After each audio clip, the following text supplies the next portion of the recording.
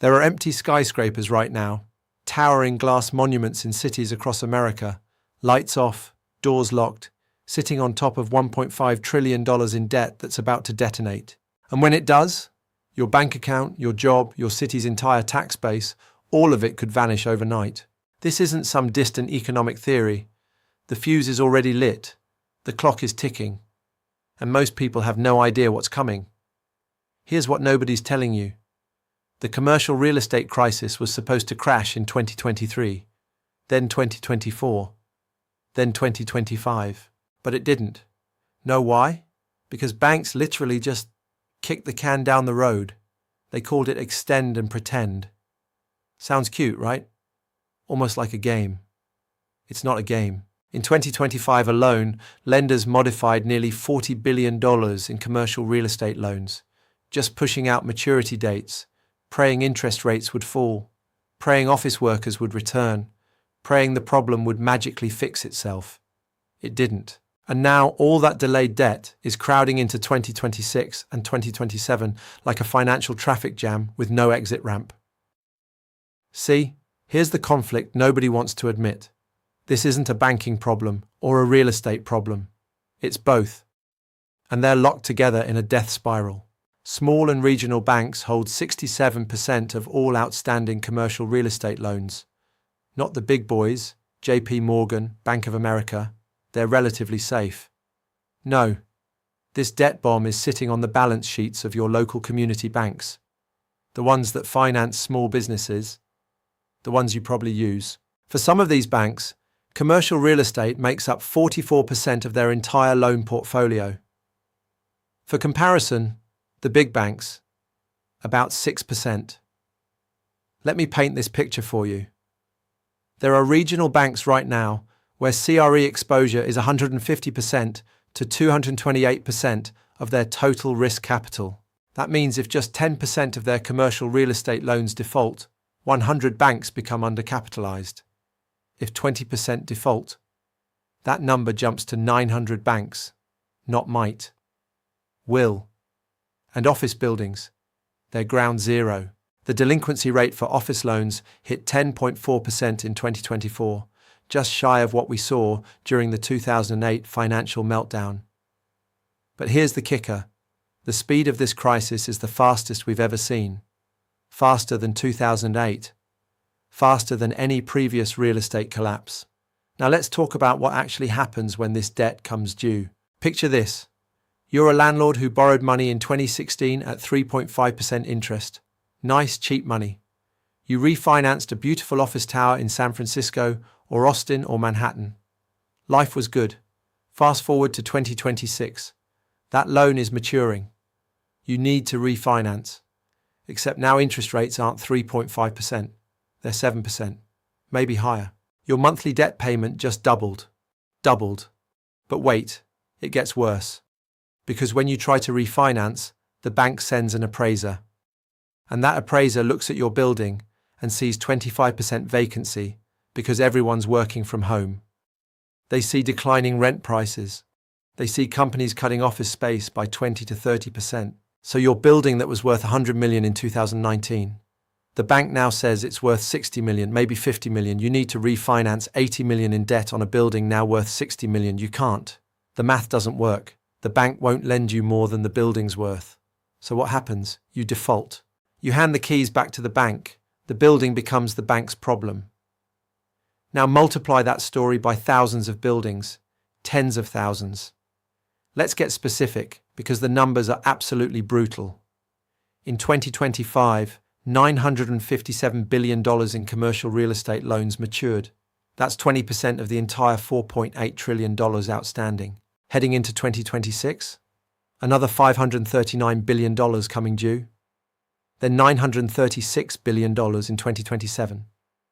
By the end of 2027, we're looking at over $1.5 trillion in debt that needs to be refinanced or paid off. And remember, most of this debt was originated when interest rates were near zero. Borrowers locked in 3% to 4% rates. Now they're facing refinancing at 7% or higher. The math is simple and devastating. If you can't afford double the debt payment and your building is worth 30% to 40% less than it was, you're underwater. You're done. Office vacancy rates are sitting at 18.4% nationally.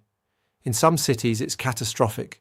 San Francisco is at 25.2%, Seattle at 27%, Austin at 27%. These aren't temporary blips. This is structural. Hybrid work is permanent. 34% of companies have either cut office space completely or are planning to. People aren't coming back 5 days a week. That world is over. And here's what makes this different from 2008. Back then, we had a liquidity crisis.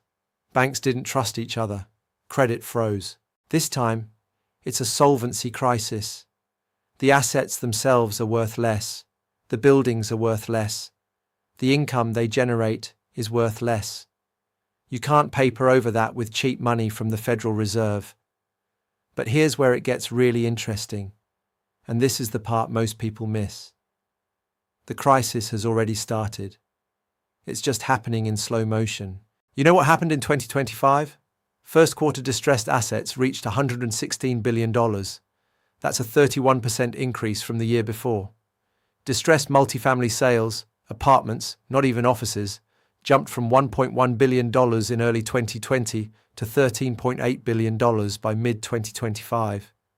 And here's the twist. Lenders don't want to foreclose. Because when they foreclose, they have to mark the building to market value. They have to admit it's worth 40% less. That creates a loss on their books. That loss eats into their capital. So instead, they extend the loan, kick the can, pretend everything's fine. But here's the problem with extend and pretend. It's not a solution. It's a delay mechanism. And every month they delay, the problem gets bigger. Because during that delay, more companies are cutting office space. More leases aren't being renewed. Vacancy rates are climbing. Building values are falling further. The banks thought they were buying time for interest rates to fall and save them. But the Fed barely cut rates in 2025, just 25 basis points in September and October. That's it. Nowhere near enough to matter for a landlord facing refinancing at 7%. So all those extended loans? They're all hitting maturity at the same time. 2026 and 2027. A tsunami of debt all coming due at once. Here's what smart money knows that you don't. This isn't about whether the crisis happens. It's about how bad it gets and who survives. There are banks right now, today, that are zombie banks. Walking dead. They're only alive because regulators are looking the other way and because they haven't had to mark their commercial real estate loans to reality yet. When they do, some of them go under. Not all, but enough. And when banks start failing, here's what happens in order. First, lending tightens. If you're a small business trying to get a loan, good luck. The surviving banks get extremely conservative. Credit dries up. Second, property values collapse further. Because nobody can get financing, buyers disappear. Sellers get desperate. Prices crater. Third, municipal budgets implode. Because cities like San Francisco, New York, Chicago, they rely heavily on commercial property taxes. When office buildings lose 40% of their value, that's 40% less tax revenue. City services get cut. Infrastructure decays. Fourth, jobs vanish. Not just in real estate. Banks laying off workers, construction stopping. All the service industries that depend on office workers, restaurants, shops, transportation, they all take hits. This is how regional economic crises work. It's not one dramatic crash. It's a slow-motion unraveling. Now, if you're still watching this, you're not like most people. Most people want to be comforted. They want someone to tell them everything's fine. The government will step in. The Fed will save us. It's all priced in. You're not most people. You understand that $1.5 trillion doesn't just disappear. Someone pays. And it's usually not the people who saw it coming. Smart people, people like you, they don't wait for permission to protect themselves. They don't need CNBC to tell them it's okay to be concerned. You see the empty office buildings in your city, and you connect the dots. You understand that those buildings are collateral for loans on bank balance sheets. You understand that when collateral loses value, banks lose capital. You understand the dominoes. The crowd doesn't get this yet. They're watching TikTok.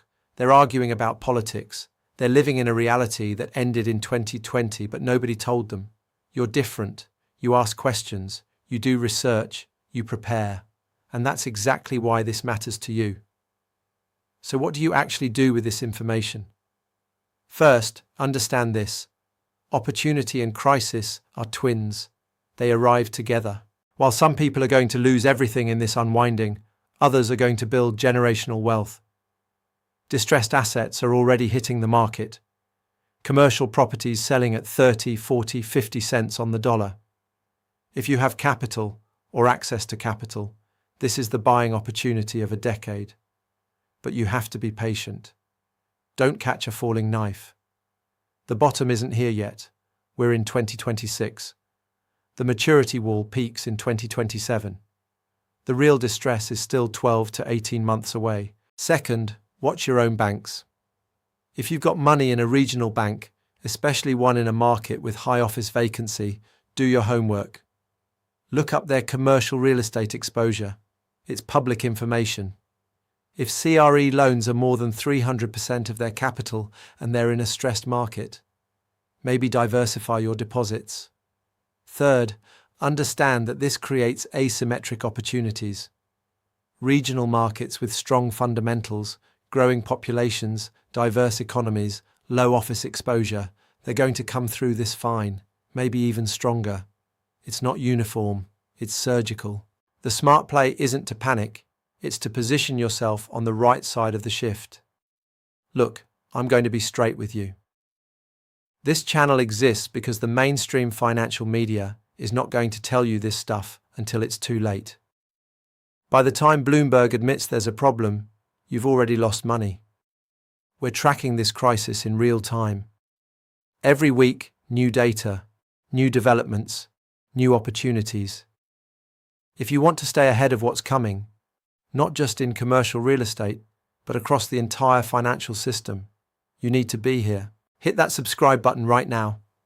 Not tomorrow. Now. Because here's the truth.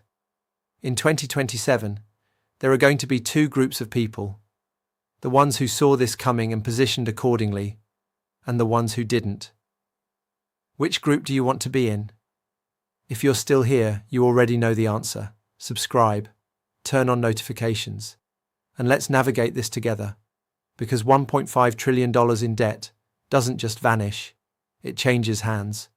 And the people who understand that early, they're the ones who win. See you in the next one.